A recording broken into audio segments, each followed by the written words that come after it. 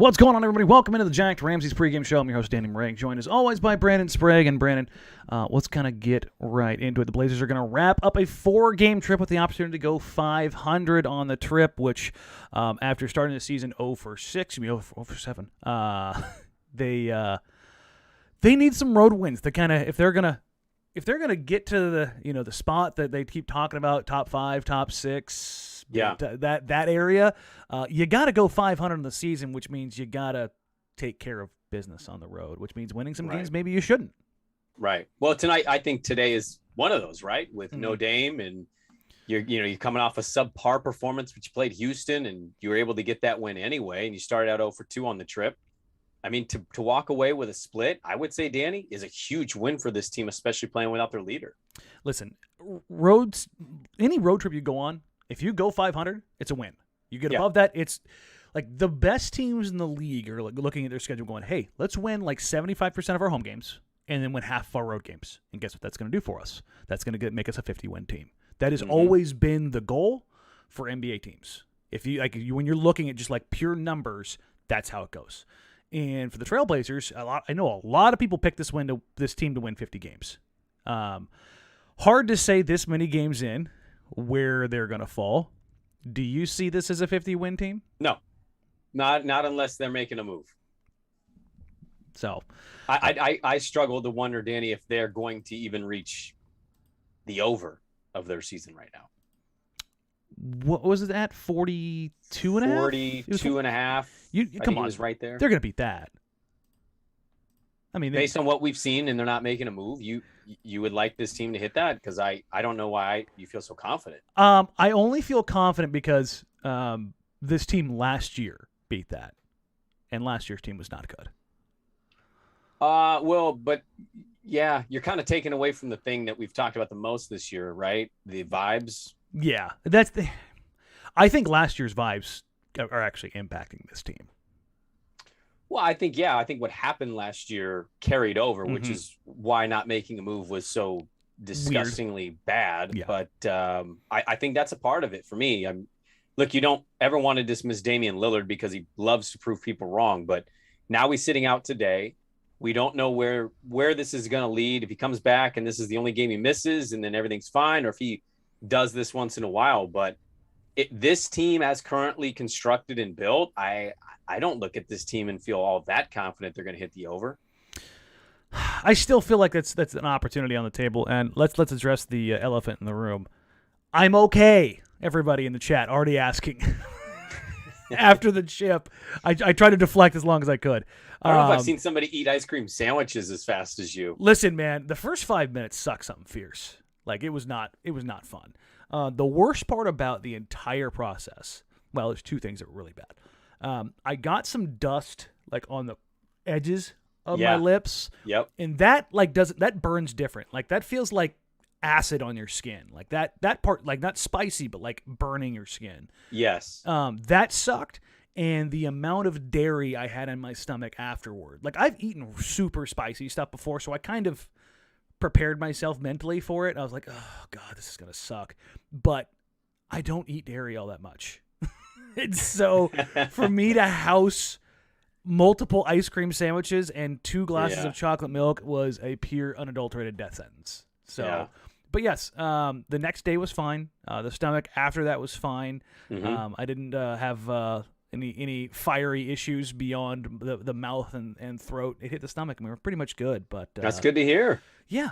So back to the news at hand. Obviously, Damian Lillard is going to be out for the Portland Trailblazers tonight. What do I have to say about this except for about bleeping time? For the love of God. From what I was told, it sounds like the only reason Dame is sitting out is because he got hit again on Tuesday night, and it's just been lingering. Well, yeah, I'm with you on the amen. Is it fair to kind of wonder aloud why nobody stepped in to allow him to miss the Houston game that they would have won without Damian Lillard? Because Houston sucks. You would think that that would be the case, but I think after they dropped that game against the Suns, it was like, holy crap! What if Dame doesn't play and they lose to the Rockets? Which kind of lets you know where they're looking at things right now. Remember the beginning of the season, Brandon, when it was Dame and CJ aren't going to play that many minutes. We're going to keep their minutes down. They have approached near 40 minutes multiple times in the last 5-6 games. 38, 39, 38, 39, 40, 40, 38. And it's like, guys, you shouldn't need 40 minutes from Damian Lillard to beat the Houston Rockets, who are now 1-11. Yeah. Shouldn't be a thing. Well, it's one of the many narratives that we heard that I think some of us kind of thought in the back of our minds, that's not really going to happen. And you wanted to see it anyway. And we've seen it so far. And it's been contrary to what they were saying on minutes restrictions, or not restrictions, but trying to keep it at a certain range. They've gone above that too many times. Yeah, I think it's fun and nice to say, oh, we should really champion this and not worry about have to worry about Dame or CJ's minutes, and he's gonna come in and change things up, and it's like, no. When all of a sudden wins and losses start counting on your own record, it's a lot harder to sit there and go, yeah, no, they're gonna play less, because that's this reality. Speaking of realities, let's take a look at what is going to happen tonight. The Portland Trail Blazers are obviously taking on the Denver Nuggets. It's a team that historically was a good battle back and forth, but recently has swung, I think, pretty significantly in the Nuggets' favor due to one very large individual, Nikola Jokic, who is having a monster season so far. Yep. When you're looking at this Nuggets team who's missing Jamal Murray, and tonight they will be missing Michael Porter Jr., what do you look for? What do you look at? And what are you kind of watching for in this kind of a matchup? I mean, Porter Jr. now is out with that back injury, and they're very vague on his return. Sounds like he's actually going to be out for quite a while because they want to be cautious with him. So it's kind of a mash unit now, right? It's a different rotation. It's different starting lineup. It's hard to really gauge them as a team right now with the guys that are going to play, because if you were go to Cleaning the Glass and check out the stats, a lot of these lineups just don't have that many possessions. They played a really good game against Atlanta. I want to say that was on Friday. But what I can tell you from what I saw and what I know about this team without Porter and Murray, it's going to be really difficult for Portland, and even more important for them to really be disciplined defensively. This is a team that is going to create a lot of problems, I think, for the traditional Portland group, right? And a lot of that starts with the backcourt. But if you go look through the roster, Monte Morris, short. Bones Highland, 6'2". Everybody else, 6'4" or taller. This team runs really big, really athletic. You're going to see a lot of four wings and Jokic. And that's where I think Portland and the defense and everything we've heard about so far this year, this is a game that if you want to steal it without Dame, you've got to be incredibly disciplined on that end. You're not going to be able to do it, because we've seen in past, this kind of team really kills Portland. There's a comment in here from Gray Hughes in the comments, says basically about Nurkic that he was great, but he lost confidence under Stotts. Let's help get it back. Yusuf Nurkic was never great to the point of Nikola Jokic. Like, let's dial that back ever so slightly, because it felt like that though when we first got him. Yes. On the trade. After that, then yeah. But that was the thing. Even if you go back and look at those times, as good as he was, and he was very good. Yeah. There's levels. Like, Jokic is on another level. That's an MVP. Yes. It's a league MVP. And I'm not trying to throw you under the bus here, Gray, at all, but I'm just trying to delineate these two things. As much as I'm a big Nurk guy, but I'm also to the point of he's got to deliver. Like, he's you can't sit there and go feed the ball to Yusuf Nurkic. He hasn't earned that. He just hasn't. Right. I think the involvement that he's had really the last couple of games has been about right. Let's kind of get into some behind the scenes stuff. Not even behind the scenes, but the non-basketball stuff. Okay. Did you see Nurk's tweet after the game against the Rockets? No. It was him and his in a little workout fit, and said, "Good thing I got my run in." Ooh, maybe I should follow Yusuf Nurkic, because he does he's prone for a little drama on social There's media. a little bit of drama there, and I think that was part of his minutes were down a little bit, and so were his total shots. He only ended up with 3 shots. Okay, but But he had 10 free throws. He had plenty of touches. Yeah, we talked about he did what he needed to do. Yeah. Let me just interrupt you though on this is what bothers me about him. I like what he brings, but bro, you're gonna tweet a subliminal shot at your coaching staff for not playing you a certain amount of minutes. You guys won the game. Why are you not happy with that? You won the game.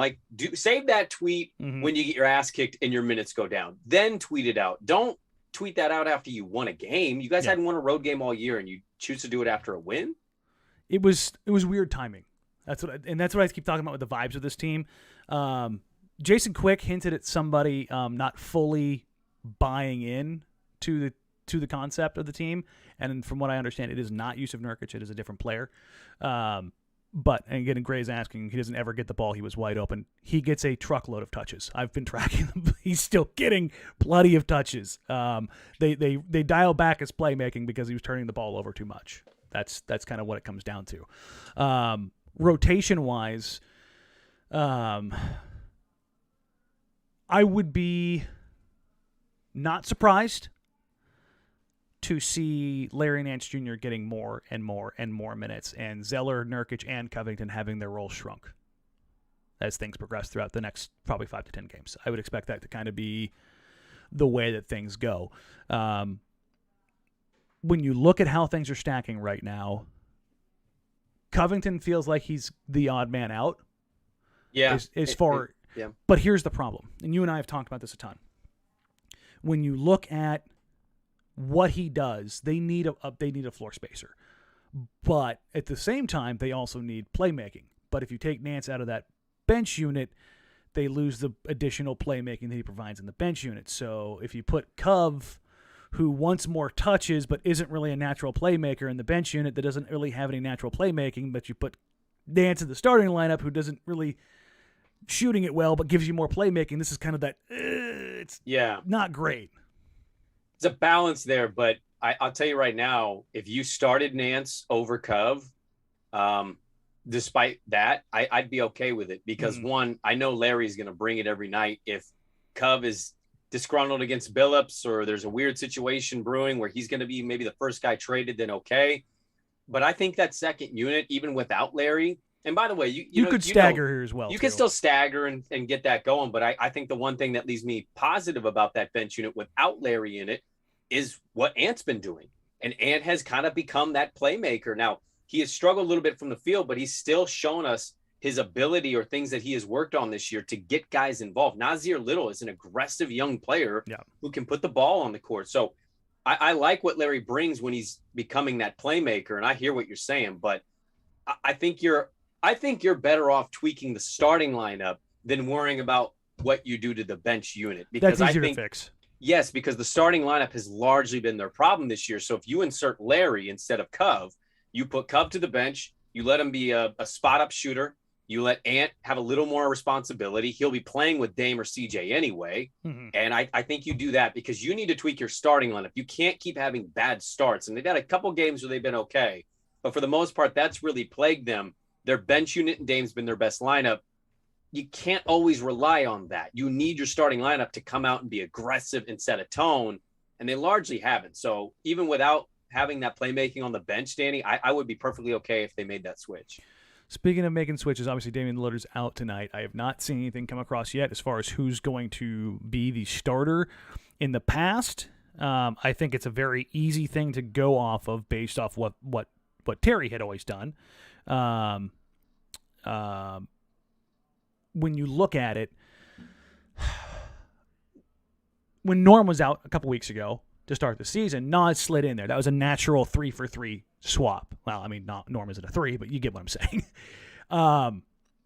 My first thought was with CJ, Norm, and Nas in the starting lineup, you just slide everybody down.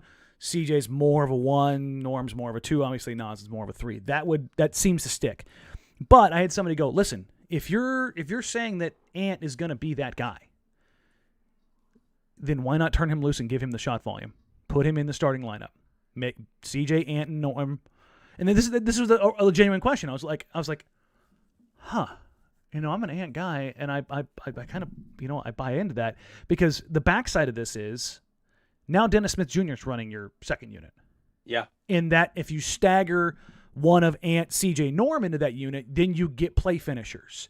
And you get maybe some more natural playmaking from Dennis Smith Jr. And if you did play Nance more with the starters, I think that's the way you kind of weave that path through that group without at least Damian Lillard when you take one less guard out and you put another, I guess, guard in and Dennis Smith Jr., but you put guys in more natural positions.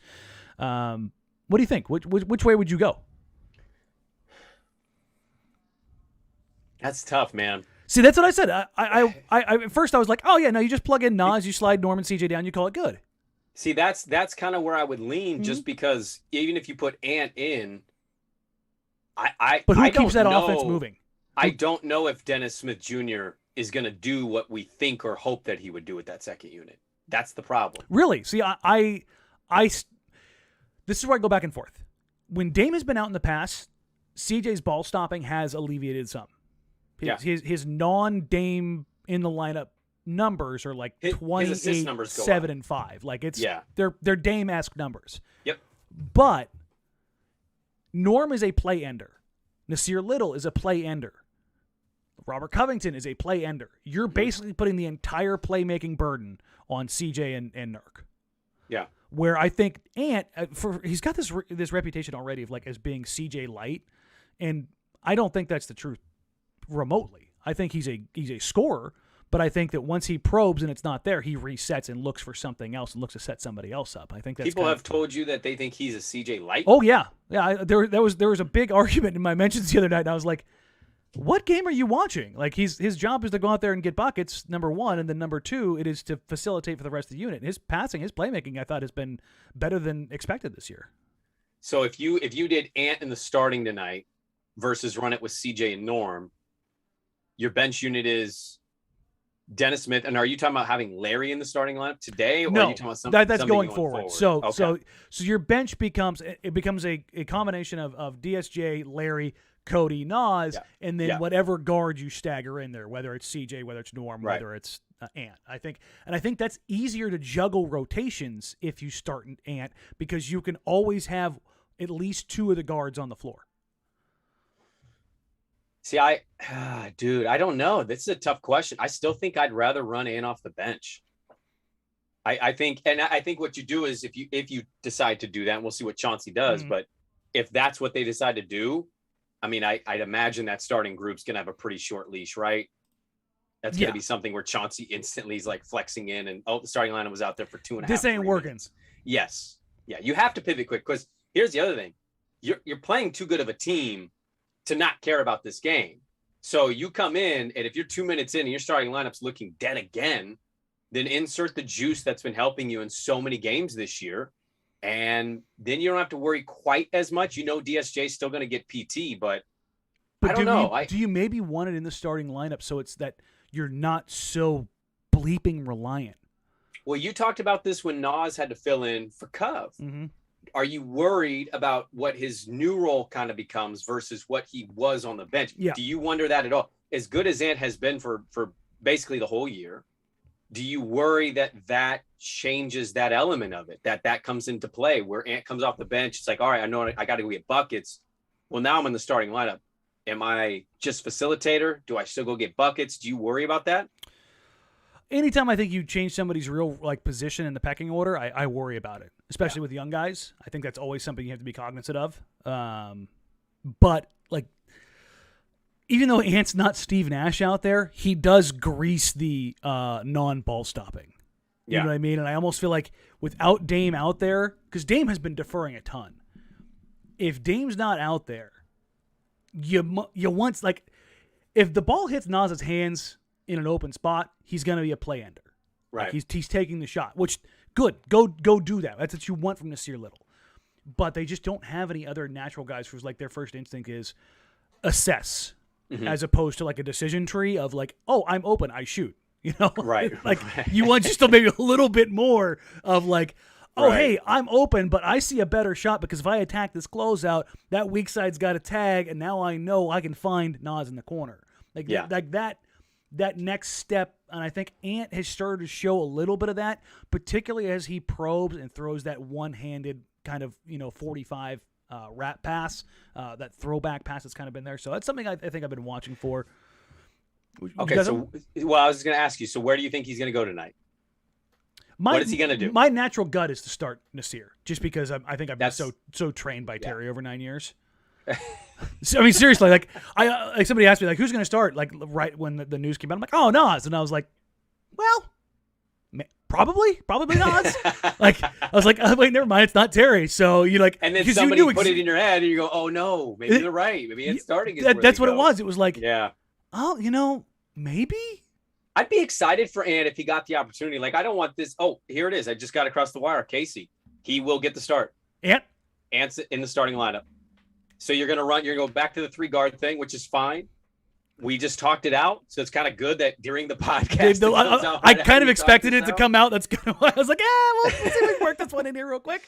No, it's, now I'm super interested, man. Like I already got a tweet, somebody tagging us in like, hey guys, you're talking about it. Here it is. Yeah. I was already really interested in tonight's game because of the absence of Dame and the fact that they can still walk out of this road trip at 500. Which is insane. Which is nuts. I mean, after the first 2 games, I was even wondering about the Houston game, man, which is why I took Houston the points. And to be honest with you, the start of that game made me feel like, oh, crap, they're going to lose this one, aren't they? But, man, you're going against a good Nuggets team, even without 2 great players, and you're missing your best player. How do you counter that punch? This is playoff type stuff, man. Like this is where Chauncey, I think, could breathe some confidence, breathe some life into this team. And to be honest, Ant needs it. Guys are this good. Ant needs it. He's had a couple of games where he struggled too. Yeah. Speaking of kind of like where we're at with as far as this matchup goes, I had the what to watch for it tweet or take up, but there's something actually I wanted to talk about as it pertains to the Denver Nuggets. This is the Nuggets of Wisdom portion of the podcast against Denver Nuggets. That'll make Brandon's eyes roll out of the back of his head. I actually like that one. You like that one? Okay. Yeah. So here's something I found really interesting. I was digging into the Nuggets. Like, where do they sit right now in opponent shooting? They allow third least amount of above the break threes. And they do a fantastic job of limiting shots at the rim. And I was like, that sounds vaguely familiar. That almost sounds like an analytics-driven team. Everybody talks about Jokic and his offense. They're big as hell. If Michael Porter Jr. is playing, they have a lineup. Their front court is 6'9", 6'10", 7 foot. Like, even if you don't think that Michael Porter Jr. is a great defender, I don't care. He's still 6'10" and stupidly athletic. Right. Thankfully, he's out tonight. But Jokic has not gotten the shine that he deserves as far as being a defender. If you look at the on-off splits, they are much better with him on the floor. I don't know if you know this, Brandon. Nikola Jokic, he's a big SOB. And you know what big SOBs do? They protect the rim. Like, even if you're a bad defensive player, like Enes Kanter was not a good defensive player. But just by virtue of being big, remember the difference when they didn't have a center and they had like Mario Hezonja at center? You remember that nightmare? Yeah, I do. And I remember when Kanter came in here. And he was a savior. All of us, but before he played, I think a lot of us talked about, well, they can't play Kanter stuff. And, he's an awful defender. And then it felt like his first 4 or 5 games, we were like, hey, he's a better defender than people give him credit because of that difference. He's 6'10" and built like a truck. Yeah. Like that's – so if you throw in – No, go ahead. No, I'm sorry. No, you. Well, I was just going to say on the Jokic stuff, like it's not a coincidence they have the second best defensive rating and the dude's playing, 37 minutes a game. That's the thing. He's not. His minutes are down. What's he at right now? He's at 32. Is he playing 32? He's only playing 32. I hate Denver. So here's the thing. So he's playing 32.1 minutes, and he's only missed 1 game because he was suspended. Yeah. But he's shooting 59, 35, 75. He's only getting 17 shots a game and averaging 25. I think he's 7th in the league in scoring and 2nd in rebounding. He's averaging 25, 14, and 6. His raw totals are bonkers. Yeah. His per 36 numbers, consider this. He's doing this in 32 minutes, which means his per 36 numbers are actually juiced. That's nuts. Mm-hmm. Basically, his per 36 numbers are he's averaging 32 and 16 and 7. What? Then nobody's talking about him this year. No. Well, unless he does something. Because he's not likable. You don't think he's likable? I think people view him as boring. That's kind of like that. You mean like that? Okay. I mean, Kevin Durant. Kevin Durant's just like, nobody really talks about Kevin Durant in the way they should. He's probably the best scorer this league has ever seen. And everybody's just kind of like, yeah, but he's a snake. And it's like, he's not, he went away from the marketability. Jokic is not marketable unless you're selling like pillows. Like it's just. Or cheese. Yeah. As it's to me, he's not that dude. And that's totally fine. What's the most boring product he could represent as like an endorser? And you'd be like, that's a good commercial. That's a good idea. A delivery like Palomalu with Head and Shoulders is amazing. Delivery service. Make him like an Uber driver or something. FedEx. Yeah, FedEx, I like that. Okay. DHL. Make it DHL because he's international. Well, yeah, you put him in an all yellow suit. You're like, oh, DHL here. But here's the other thing about this stupid Nuggets team. If you caught on to what I said there, Jokic is shooting 35% from three. When you look at their other volume guys, Porter was a train wreck. He was under 21%. Bones is at 33%. Monte Morris is at 30%. They're one of the worst three-point shooting teams in the league. They don't take them and they don't make them. So if you're Portland, you're like, yeah! But also, this is an opportunity for a bad three-point shooting team to get very hot against a Portland defense that gives up more than anybody. Yeah, I think that's the thing about Portland is I think we're going to find teams similar to this, and we're going to go, hey, this is a great thing. And then that team's going to come out, and they're going to go guns ablaze, and they can't miss. I mean, who was it? Cleveland. They went into the Cleveland game like this. Cleveland, they're ice cold. They're not shooting great. What happened in that game? And then Darius Garland went, 5 of 6 or 6 of 7, something absolutely bonkers. And then you had Windler hit 3 threes in a quarter. I think Seti had a couple. Dean Wade was killing you. It was just like, oh, God. Gray Hughes threw a donation in here, and he said, hey, do you guys feel like Dame is sort of angling to get traded? I get that vibe from what he's saying. No, I don't believe that Dame is angling to get traded. In fact, I believe Dame is angling to get changes so he doesn't get traded. I was going to say, I think Dame is angling for others to be traded, not himself. That's kind of where I would go with this. Let's get into like it, love it, leave it here real quick against the Denver Nuggets. What would you love to see tonight? Because I know where I'm going to go. Well, I'm assuming you're going to go Ant. Okay, shocking with the picture in the background there. I'm going to go. I'm going to go with this. I want to fall in love with this team attacking the glass tonight. They've done a great job of that this season. That's been like one of their redeeming qualities is they have killed the boards on most nights. But you talked about what Denver's presenting tonight, right? With who's playing. And I want to see them continue to do that. I want to watch this team be aggressive. I think Denver, if I saw it right, I think Denver's the second best team in terms of not giving up second chance opportunities. That would track considering how big they are. So yeah, they're always able to get the rebound. Because Aaron Gordon is quietly having a very good season too, by the way. He's having a very good year. They don't allow teams second possession. So that's kind of where I'm going with this. I think if you're going to pull this game out, because this Denver team's still super loaded, I think you need that. You got to break that streak of Denver. You've got to get second possessions. You've got to attack the glass. You can't allow Jokic to bully you around because we've seen what he's capable of doing against Nurkic and getting Nurkic in foul trouble and pulling him out of the game. So I think it needs to be a collective effort from your athletic, lengthy guys. Ant, Nas, Norm. I want to see everybody attacking the glass tonight. Yeah, I think that's something you will see. Nas is going to be popping up on scouting reports.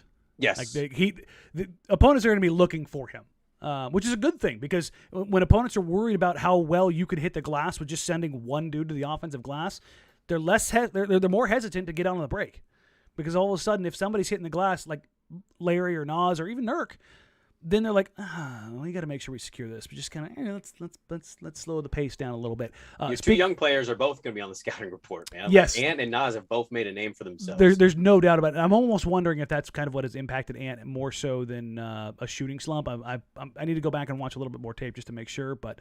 That's something that was a reeling suspicion I had. I was like, they trying to run him off the line a little bit quicker, closing out a step sooner kind of a deal. So it'd be interesting to watch how that develops, particularly here where he's going to take on the starting lineup.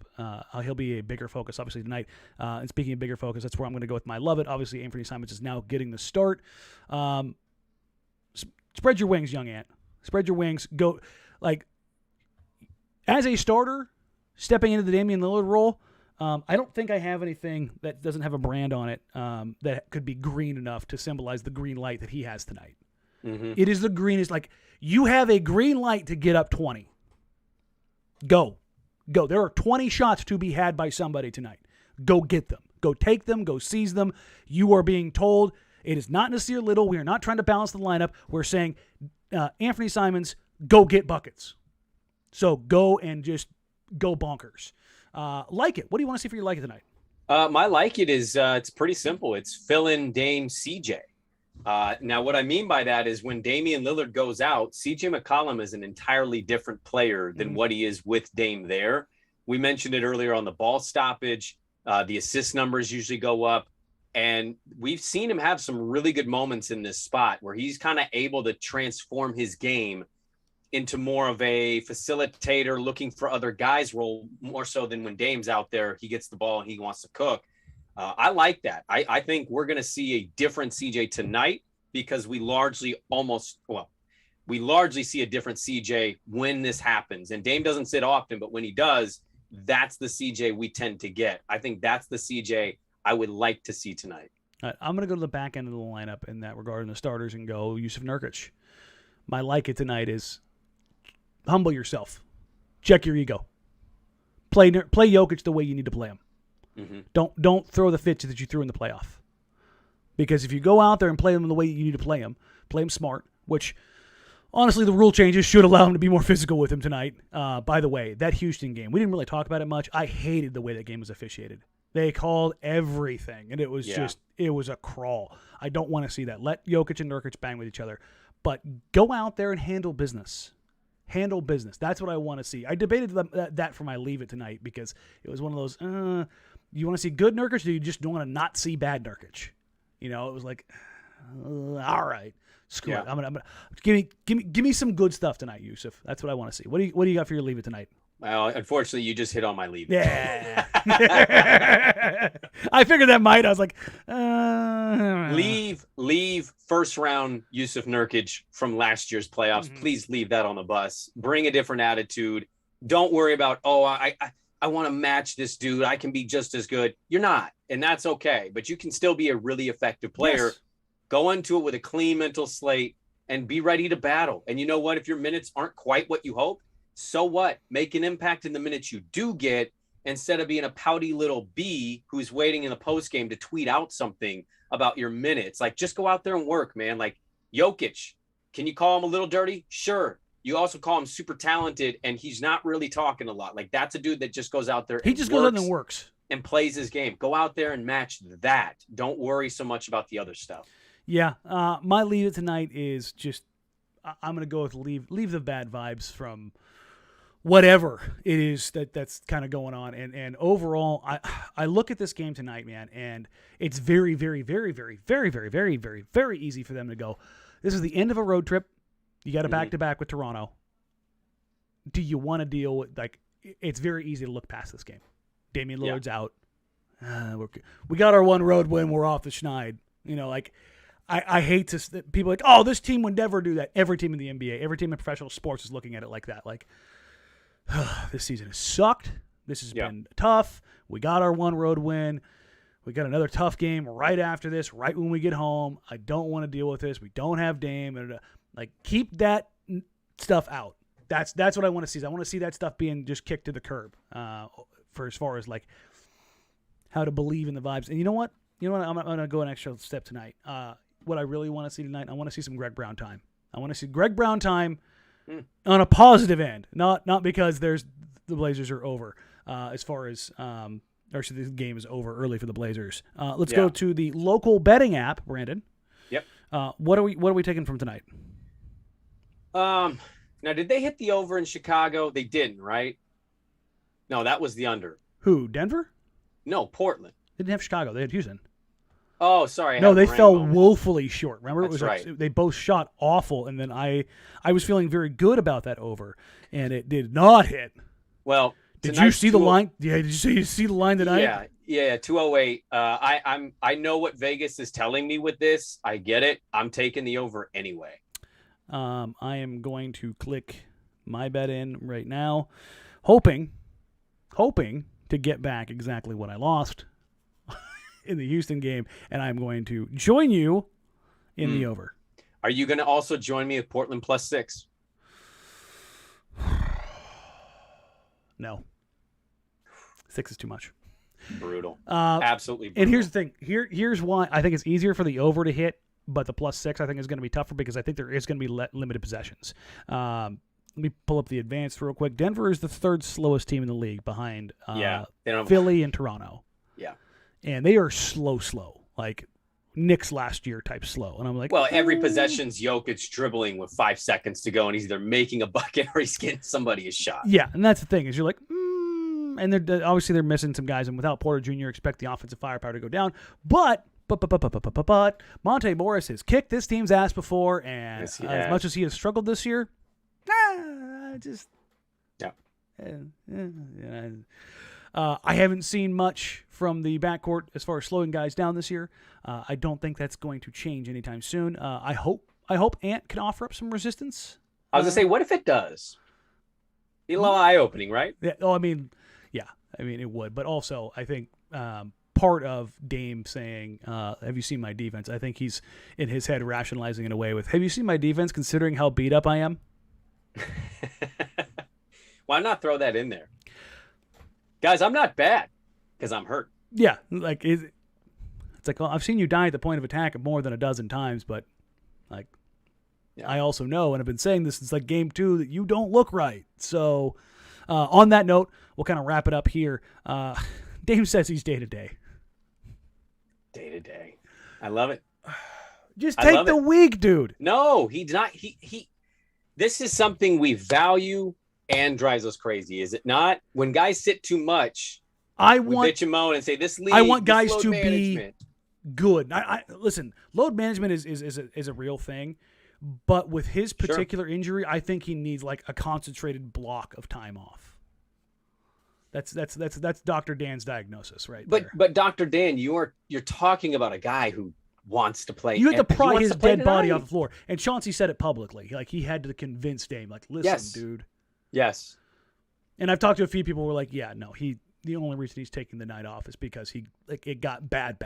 Like it got aggravated really bad again Tuesday night. So and then you got 4 home games, right? You got Toronto, you got Chicago, Sixers, and then I think you played Denver again. Yeah, it's a real easy stretch coming up.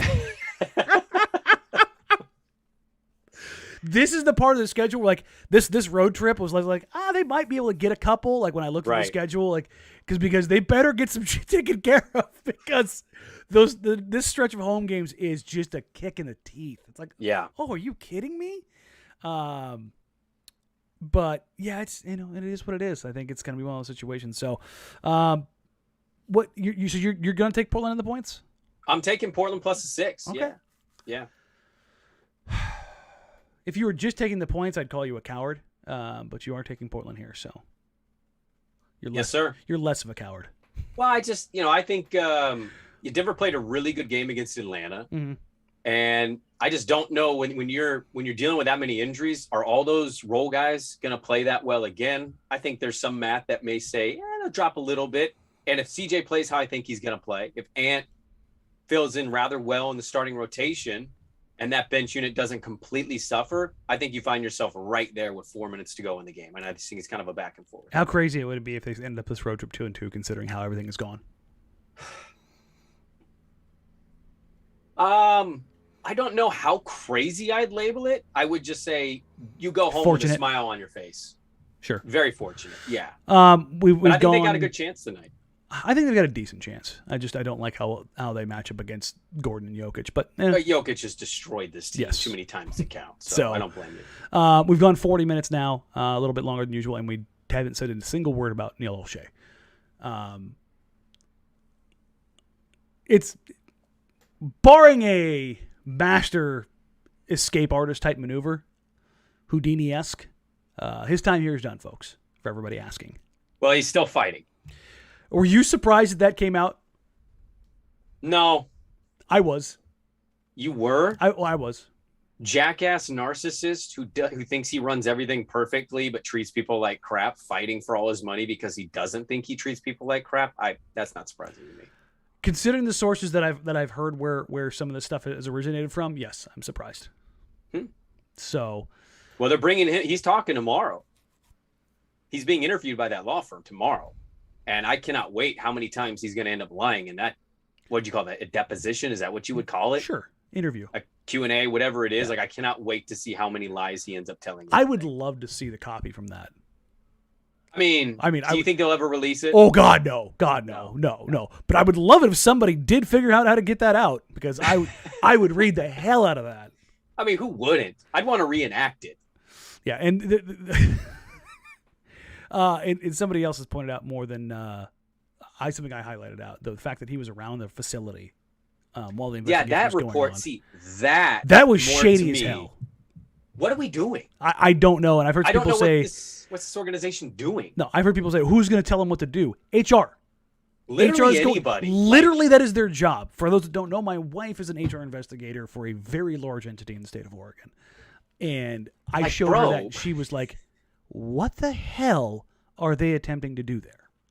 You're under investigation for toxic workplace environment. Why do you think it's cool to still be walking around the workplace right now? And that's exactly why they should have fired him right there, then and there on the spot. Well, this goes into a whole deeper thing, and I understand. Which we'll talk about on the mailbag pod. Yeah. I didn't want to derail you, but if we go down that path, you're not going to make your next appointment here in a few minutes. It's so beyond frustrating because this is about saving the organization $10 million. Well, it's like 25, but whatever. It's nothing. It's a drop in the bucket. But it never should have mattered in the first place. You should have just fired him. I mean, come on. What are we doing? Are you kidding me? What? Blazers say Greg Brown is out tonight in Denver with a left ankle sprain.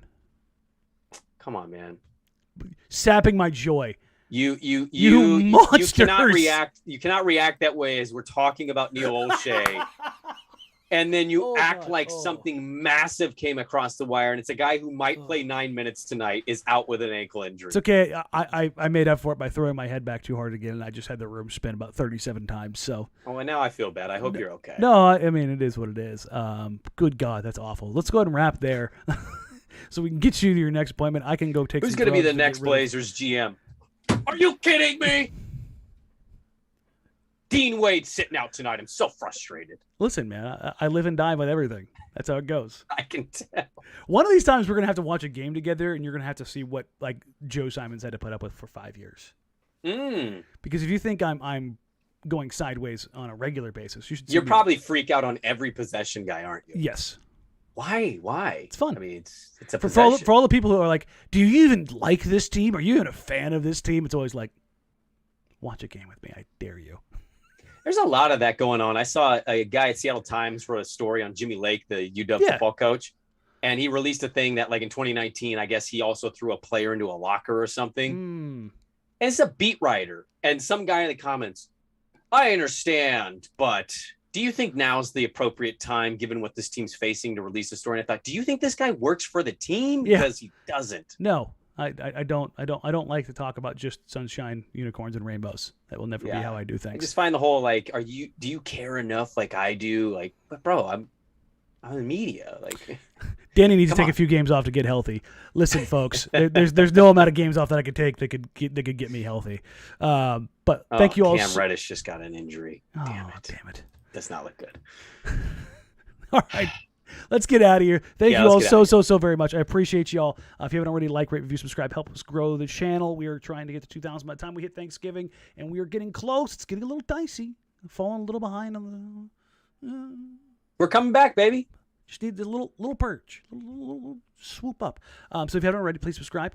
We're available wherever you get podcasts. And remember, all the post-game shows will and are available on the podcast feed. So wherever you get podcasts, search Jack Ramsays, like, rate, review, subscribe. Find us wherever you get your favorite podcasts. For Brandon Sprague, I'm Danny Marang. You can find us on social at Danny Marang, at Brandon Sprague, and at Jack Ramsays. And if you want to send questions in for the mailbag pod, which Brandon and I will record later, jackramsays@gmail.com. I have a ton of questions, particularly around Neil Olshey. If you don't hear yours answered, consider it grouped with all of the others because there is a lot